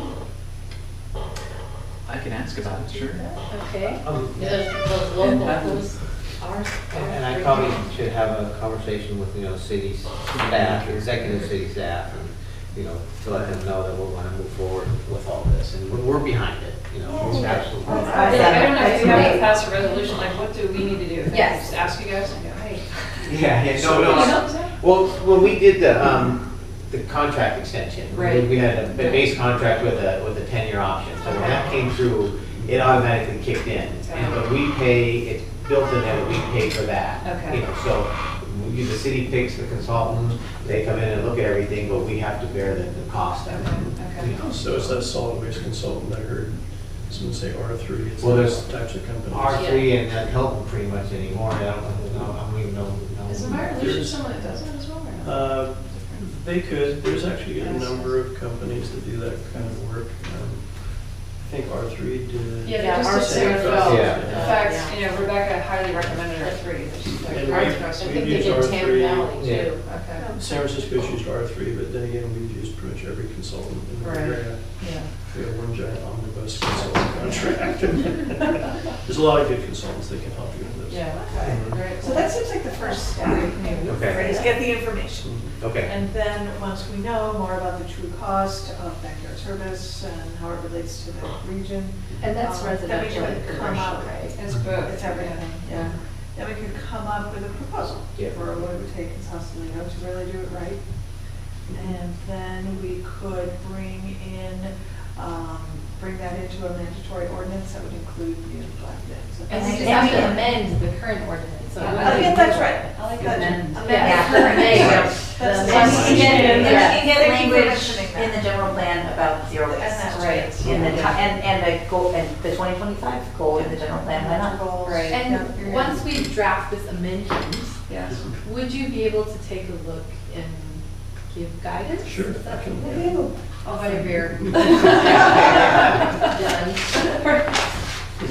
Thank you so much. Yeah, thank you. Great. Yeah, this is a great conversation. Yeah, I think it's going in a good direction. Yeah, great. Thanks so much, Robert. Really appreciate it. And Forever. Greg and Kim as Yeah. well. Yeah. Yeah. Yeah. Well, Greg, it's yeah. complicated stuff, so it's good to work through it together. Yeah. No, it was nice when Robert was helping out with the green, the compost program, the green waste program with me, and it was, it was a big help, when we did that, it was a big undertaking, so, changing mindsets and everything. Sure. Yeah. And you feel like you're, sorry. It'll be easier the second time around. Yeah. Like, are the trucks designed, like, are your current trucks capable for like whatever, I mean, the shift is the same, right?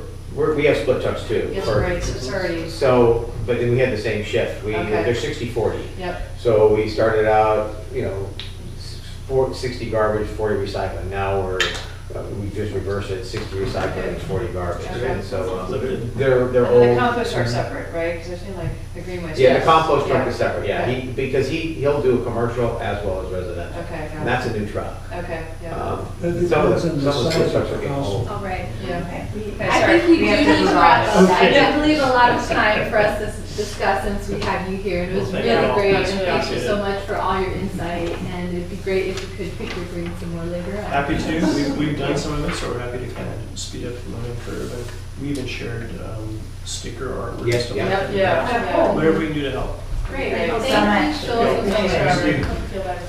And we can sprint through the next item. Yes. Yeah. For a second. Let's jump back to housekeeping since we skipped over that. Susan isn't here today, so maybe we don't get the city council liaison report. The disaster preparedness liaison report, is there anything to report there? Usually- Yes, the main thing is funny, it's like the opposite of what Yeah. talking about. The opposite. It's sort of, so the main thing that, Yeah.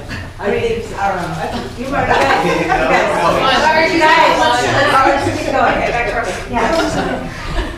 the disaster preparedness report, the main thing that was discussed is the WUI, the wildfire and urban interface guidelines, and the city council has ratified an ordinance with strict rules for fire prevention.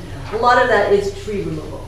And brush removal. So there's a huge push because of wildfires to get people to get residents to cut back brush and trees around their houses, to get to defensive 10 feet of defensible space, to get all of the wildlands to get the underbrush cut, to take out the eucalyptus trees, there's a lot of things being discussed, a lot of tree removal is being discussed.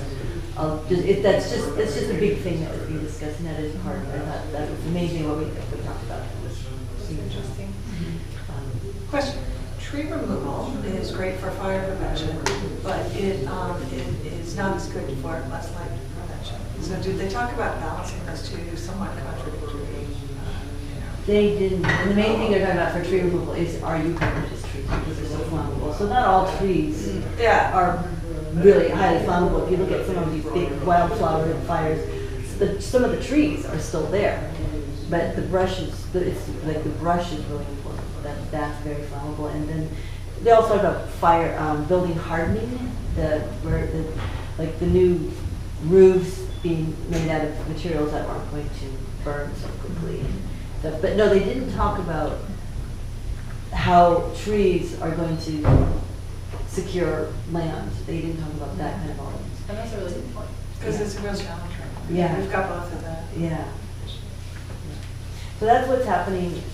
That's what's happening in the city, and that's what we're talking about. They have a vacancy, right now? They have a vacancy, and they want to increase their numbers because they have a small commission, and if somebody doesn't show up, or a couple people, like right now, if we don't have a couple people show up, we still have a quorum. Because we increased it. Right. Yeah. They don't. If a couple people can't show up, they want to increase their numbers, and they want to. Yeah. Hi, can we join late? Yeah. Okay, perfect. Okay. All right, is there anything else to share from the disaster preparedness? Great, then let's move on to public outreach. Yeah, there's one thing. We got an email from Lisa Bennett from Indivisible Sausalito, excuse me. And they are holding an event on April 30th, their meeting, and climate change is going to be their focus area, and they've invited somebody from the Sustainability Commission to speak. All right, would anyone be interested in speaking there on April 30th? They didn't provide much more content, right? It was just... They're inviting someone also from resilient communities and one other it's a climate focused meeting. They do a lot of really good activism work. They did a lot of postcard writing parties during the election. They're a more progressive organizing group, but Lisa Bennett's really fantastic. And I think it would be nice if someone went and just talked about what we were doing and contributed. Would anyone Greg, like you're to so do good. that? Please go. You're so good at talking.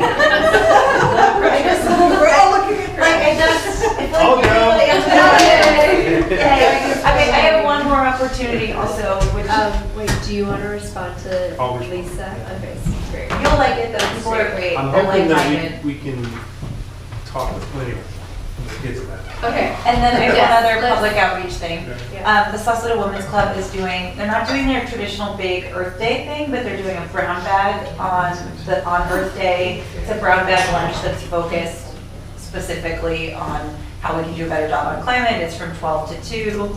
Everyone is welcome. They asked that, I said I would go, but anyone else can go with me, anyone, to talk about the single-use plastics ban and what that might mean. and just about the Sustainability Commission in general. So if anyone's interested in doing something on Earth Day. And that is April 22nd on Monday. Okay, so the brown bag is on Wednesday. So Okay. yes, On Wednesday? Okay. but same week. And I have crazy Earth Week stuff going on. Okay, well, I'm happy to go. I just wanted to put that out there. All right, then let's just sprint right through this. Let me pass it over to Greg for the sustainability brief idea we discussed at the last meeting. So just to recap, that was combining all of our issue briefs into one brief to make For it GPAC, you mean? for GPAC and for general communication. Yeah. So, I prepared what I call the low emission action plan, sent it to Andy, Andy sent it out. And the gist of this is that it gives us a chance to be consistent with other cities in the county and the county itself in terms of the actions that are being discussed and agreed to. So this was based on San Rafael's plan, and they have a sustainability coordinator, guy Corey Dittoff. And I took it and then just shaped it for us, and then also prefaced it with the emissions. So the three categories that we're talking about addressing represent 96% of our emissions. So that's why those three categories are there. The three categories being transportation, of course, first, biggest one, and then residential and commercial make up what I made the second category. And the IPCC stuff is prefaced in it. What's that? Was that energy consumption of residential? Yes, sorry, energy for residential and commercial. And what's happening is that people like San Rafael are putting this high-level framework outline, goals together, and then they get the city council to approve it, and they get the general plan committees to adopt it. And then the details are worked out as subsequent, actions, similar to what we were talking about with waste, right? You have a goal, you get some, goals in place, and then you implement those goals. So that's the gist of this, is the intent is that we have the city council approve it, we have the general plan adopt it, and then we work together with both entities to implement it. So it covers EVs, it covers energy, and that would cover 96% of our emissions. Now, climate, as we know, are kind of three categories. It's emissions, sequestration of carbon, and then adaptation to things like sea rise and all that. This is the emissions category, and its intent is to just focus on emissions, get the city to approve these things to reduce our emissions in line with state goals and Marin County goals and things that are achievable by the city, and have us in line again with what other cities are doing in the county. So this is perfect timing because the GPAC is reassessing their work plan and their workflow. So because they realize that state committees and commissions aren't involved enough, except us, we're the most involved commission of any stakeholder organization. But so they're going to invite us to come to a meeting and spend about an hour just talking with the GPAC about what our concerns are. And they're going to send a survey out asking questions, and they're asking for a one-pager that says, this is what our issues are. So it seems like that's exactly what you're doing. And next week, the next meeting, which is on the 23rd, is focused on circulation, which is their way of saying all things related to transportation. So we could just if you finish it in time and can get it in the packets of everyone, I could say hey, I know you said that you wanted stakeholders, Sustainability Commission already wrote this whole, Greg's here with the emissions report. It just seems extremely timely and I was going to request that we at least submit something, a few paragraphs on circulation specifically, because I don't want this perspective to be missed at that meeting. I think it's very important. It's the first time they're really talking about it. So is this meeting happening before we meet next? Yes, that's why I was thinking that it's April 23rd. If there's a draft, could we just present a draft and then say it's a working document, hasn't been Yeah, you totally approved yet, but this is what we're talking about? Totally. I mean, in a worst case scenario, you get 3 minutes to talk, and you've submitted the draft, so they have it, and then you get 3 minutes to talk about the draft. And then you say, I understand that we have stakeholder meetings coming up, but we wanted this to guide your discussion today. Here's our stuff. Because if you already have a draft, yes, Yeah. send it now. I mean, So how about homework for this group? We all review what Greg has already prepared, and by, what's a good date? A week from today is the deadline for us to say we agree or have edits, and those we send to you, Andy? They would have to come through me. So you do have that subcommittee that can Okay. be outside this body. But we yeah, need you can it- send your comments to me and then I can forward them on. I think we to need to Greg. appoint a new person to it. But am I allowed, what are the rules of that? Like, now that I'm on the GPAC, can I still be the chair of the subcommittee on the GPAC? Yeah, I don't see why not. Okay. You're still They tell you fully that. on this commission. That's true, that's true, okay. Yeah, so In fact, I think that makes I perfect sense. just Okay. want to say, that's exactly my goal, is to send it out and have this group provide edits to strengthen it, shape it, make it more Sausalito. And then take that and have it sent to, or presented to General Plan Advisory Committee and then also the City Council. Because we have a parallel thing here. We have city operations today that need things to be done, and we have the city planning for tomorrow. And both of those need to address emissions in categories that fit both those places. So we want to go after both at the same time. Are you gonna do two more, one for adaptation, one like for each of the three? I don't know. I'm not an adaptation or sequestration sort of thing, but we should talk about how we do those other two subsequent to this, yes. Okay. And we'll just, yeah. For adaptation, can we get the person that we worked with at Marin County to help with that? Yeah, that's a good idea. Alex? To come in and just, or that's a maybe great he has, idea. maybe he has like Yeah. reports that he does for other municipalities that he could just say, here you go. Yep, that Right. makes sense. Wait, Alex Alex Westhoff? sea level. Wait. Or, no, the sea level. Civil rights, yeah. I think That was Alex Alex is not too, at Marin right? anymore. Yeah, they're Oh, both he's not? Alex's. No, I think I just heard he went to the city, San Francisco. Okay, then let's nail that down. Our homework, we all review the draft and we send edits 7 days from now, so the 18th. So To when you. will you send me the When will, draft? the draft is, That's the one I already sent. you out. already sent it to Okay, me. that's the one I already sent out. And I had put in this, please send comments back by Today? a week Sorry, ago or something. sorry. But I'm like, Guilty. for me, I'm ready to like, let's approve this and get it, onward, so. So then we'll send our comments to Andy. You'll get it back at the same time as all of us.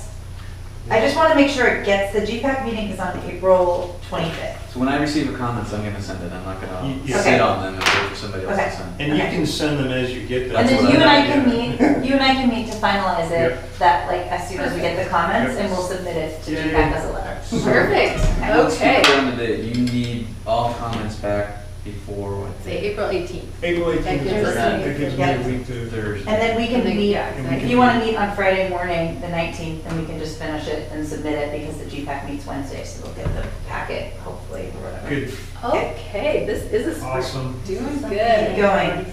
All right, so then let's move on I'm to just the gonna next. put like 10 a.m., we can work on it, but Okay. whenever you want. You Move can on text to me the if you want to next change. issue. Send So me a calendar. this was in connection with the single-use plastic ban. And Melissa, you had told us that there were several companies asking for like a list of alternatives.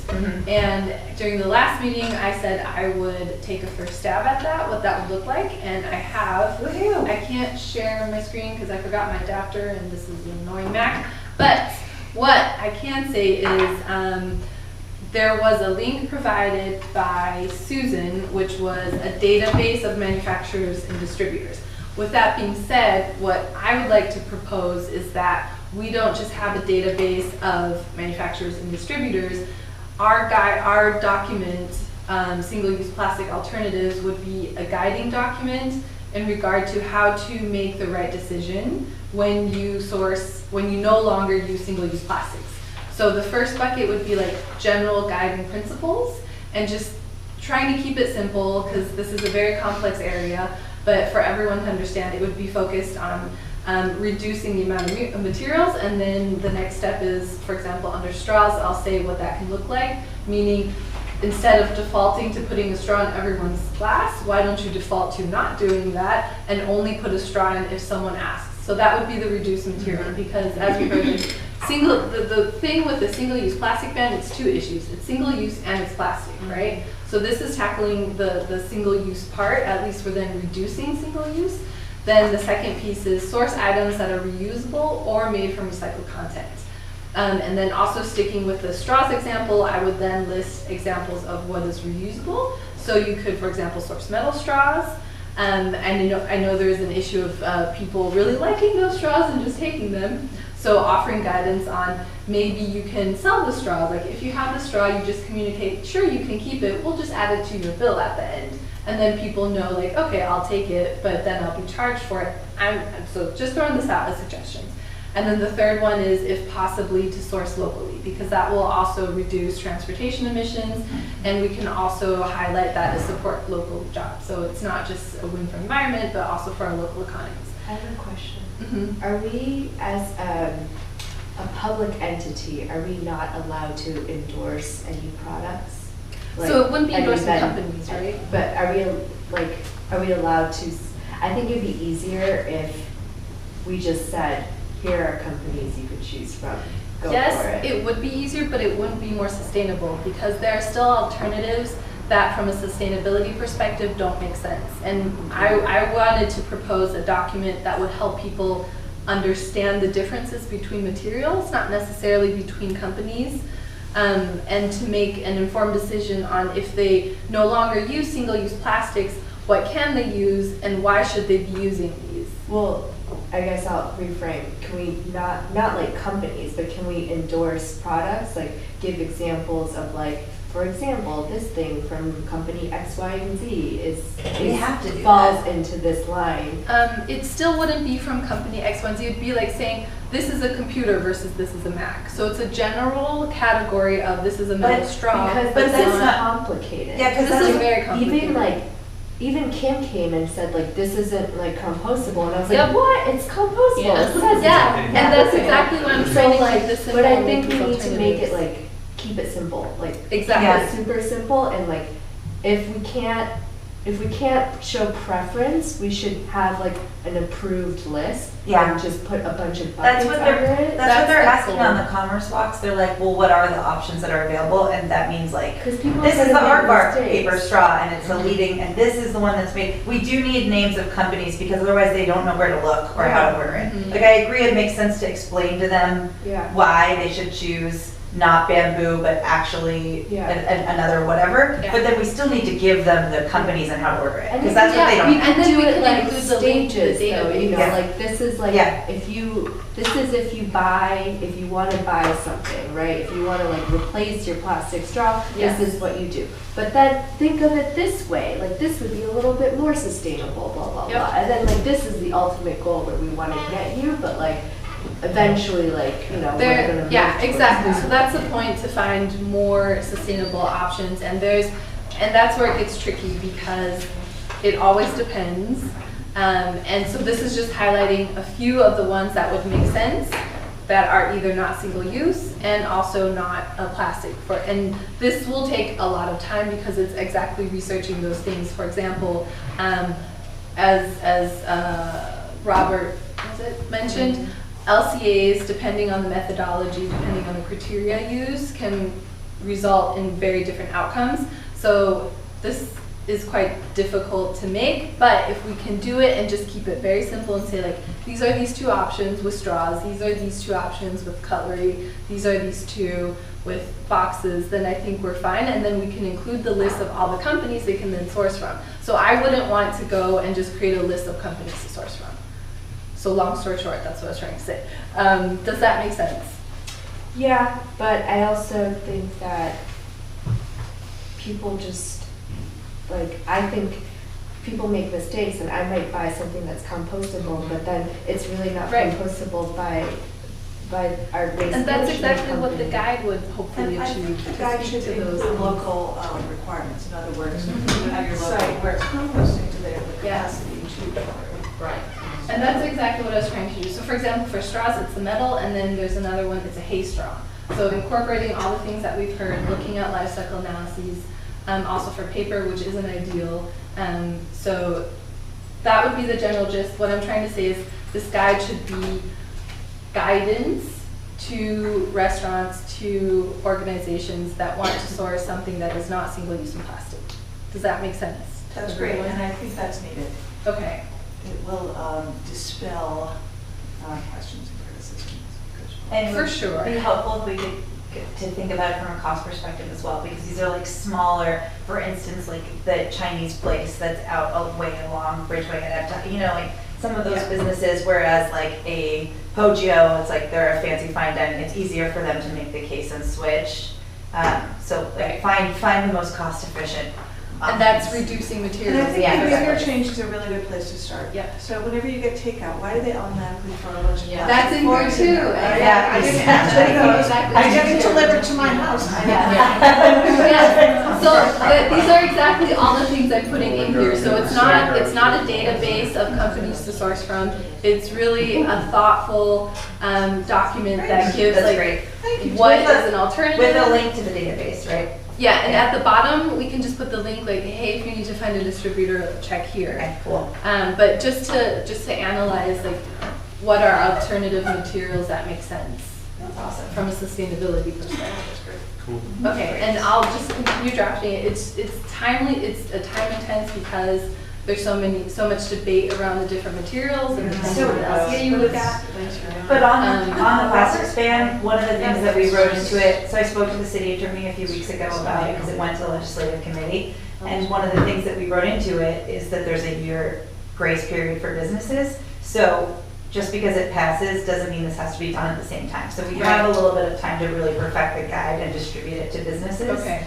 So don't freak out during your Earth Week push right now, like at your company to also get, I mean, it's great, but like, and from what I understand, everything, like at the legislative committee, everything we put into the ordinance, they were very much in favor of, so now I think it's at scheduling, but I need to meet with Mary and double check. And they were very impressed that we had already like gotten it endorsed by several different organizations, and so it's looking good. That sounds great. Okay, if everyone is aligned or has no objections, then I'll continue building this document out in that structure. So guiding principles and then very real examples of materials, meaning how to not use them, and if you need to use them, what are the alternatives? Okay, awesome. I want to go back to the low emissions action plan. Andy, I'll send you a slightly revised version tonight. That way everyone will get it in their boxes. It'll just have a couple of formatting things. That's all. Is that okay? Yeah. So it'll come out new. Okay. You'll have it at the top of your inbox. Okay. Look at Okay. Last thing we'll do in the last 3 minutes is talk about Ferry-Landing and sustainability. Kristen told me that she doesn't have the capacity to lead that work and that we could potentially maybe even alter it and see if we focus on one thing that we had suggested in previous meetings for the Ferry-Landing, which was focusing on EV charging stations. So I'm proposing if we want to look at an ordinance that says for every parking lot built in Sausalito, there need to be EV charging stations installed. That's already a state law though, so it's already happening. Okay. So it's great, but like they we have gonna to do put it though? Yeah, we are for the ferry. It's required for the new ferry parking lot. There will be But chargers. what about because they Dunphy can't- Park? So there are 2 huge parking lots, and I don't see on the plans any. Are they redoing the parking lots? For where? Dunphy. They are reconstructing the parking lot. Well, then they have to add, per state law, they have to add EV chargers. All right. So how do we It's get a those state in there? law. And how do we make sure it's 100% like any new renewable lot energy? or any I think it's- refurbished lot? I don't think think it's, it's a paid lot or anything, does that matter? oh, I don't know the Yeah, it's specifications. It was a Size of the gravel lot lot to to go go small lot. Yeah, unless you're gonna charge parking. But That's I'm good. on board for that. I just know that they're already aware that they have to put EV chargers in Okay, the new that's ferry. good. Then maybe And- cover and- location. And our plan says EV chargers where the city decides, the city, meaning us, having input to the city decides to put them. So that's a principle, a goal that would be accepted by the city and then implemented where we say and others agree that it goes. So we would cover Dunphy Park. Okay. And by the way, there's a Transportation Authority of Marin actually has budget for cities to put in EV chargers in Marin. And guess who has not asked for any of that budget? Sausalito. Yeah. Let's do it then. Have a good night. It's in the It's another. Okay. The low emissions one? Guess who does not ask for any of that money? Guess who? There's a Okay. little note in All your italics. Guess who does questions. not? Is that what it says again? So we could figure out if we could get money from that to maybe put EVs in Dumpy Park, even though they're already mid-construction. That would make most sense now, even from an economic perspective. They're supposed to be done at the end of May. Oh, yeah, it looks Yeah. like they're really on track. How can we get that? It's my dog's favorite part. Wait, the equipment was stolen? What happened? Wait, what? Yeah, What right. happened? They broke in the glass of the, like, machines and whatnot. How do you hijack equipment? Oh, Okay. Is All that right, something- Andy can't say. Is I that don't something know. you can look into we're just running to over. see? Yeah. We can get EV charging Where? station on Dumpy? there? Yeah. Vandalized. That's To really be honest, it's mature. not gonna happen at 10 feet. We're just, it's strapped. It's so far. What about later on, once it's completed? Maybe a future thing, but I What about at MLK? They're building there too. no parking lots of them. But I think you're right in terms of the Ferry-Landing, that makes sense. Yeah. right? Yeah. I mean, that's gonna be a commuter lot, basically. Well, maybe we'll just discuss at our next But, meeting. but Yeah. yeah, what we're gonna be talking about in terms of EV chargers in this plan is how do we incent and support people to charge, and where do we want those? And that's we're just gonna look at the whole city and say, okay, where does this go? And then come up with the funding through the state, through TAM, through wherever, and possibly, obviously, the funds that the city gets from charging as paying for it all. So that's one of those detailed planning things we have to do subsequent to saying, here's our global goals, EV charging being one of those. All right, we are at time. It is 8:35, and I will now end the meeting. Thank you all for participating and coming today. I think we had a good discussion. Did you have one more question? Do you want to, I'm sorry. now May I that, ask that public realize that the agenda doesn't allow for commercials. I attended the Business Advisory Committee's meeting last time, and they were talking about the plan for the land, the portion of the landing, Ferry-Landing. And the debate was about what the budget allows for, which Andy is very familiar with. You barely can put back the pipes in the right place in the ground, yeah. drain the place, and we cannot accomplish a better Ferry-Landing arrival in terms of functional and spatial design for the money we get. But that money we get is a gift. Right. The Business Advisory Committee talked about the fact that we should raise our aspirations. This is a once-in-a-lifetime chance to express what we would like to see there and not what the money allows for. And Agree. build, for the money we get, build phase one as a basic infrastructure and have a vision of what we want to see as local residents for a place of arrival. That's actually what we discussed at a few meetings back, is creating a So utopian this version should of be voiced by somebody or everybody. Yep, we're working on it. It's been in the last staff report that Andy submitted too. Yeah. Thank you. Thanks, Thank Anna. you.